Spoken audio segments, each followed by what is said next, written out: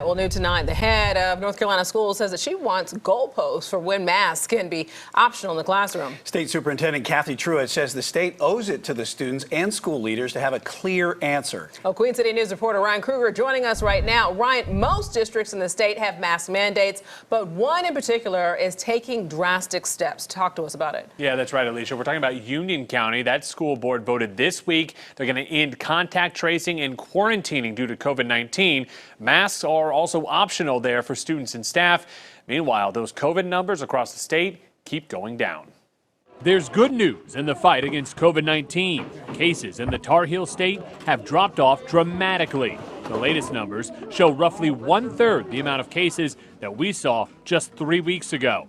And because of that, State Superintendent Kathy Truitt says it's time to start talking about when the mask can be removed in the classroom. We owe our local boards of education, local health directors and districts some clear benchmarks as to when it will be safe to go without a mask. Thursday, Truitt spoke with leaders from the State Department of Health and Human Services. Most school districts in the state follow DHHS's guidelines, which says that communities that have high levels of COVID transmission should require masking for students and staff. But Truitt says, given the fact that the Omicron strain typically carries less severe illness, there should be other factors taken into consideration besides just the overall numbers. I would just like to see some other answers on a month-to-month basis regarding hospitalization rates for students who are under 17.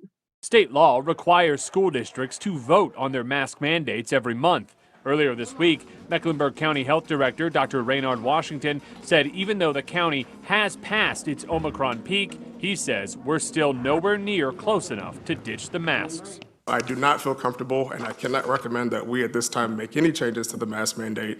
But I am comfortable saying that I do believe that in the next several weeks we'll be in a better place.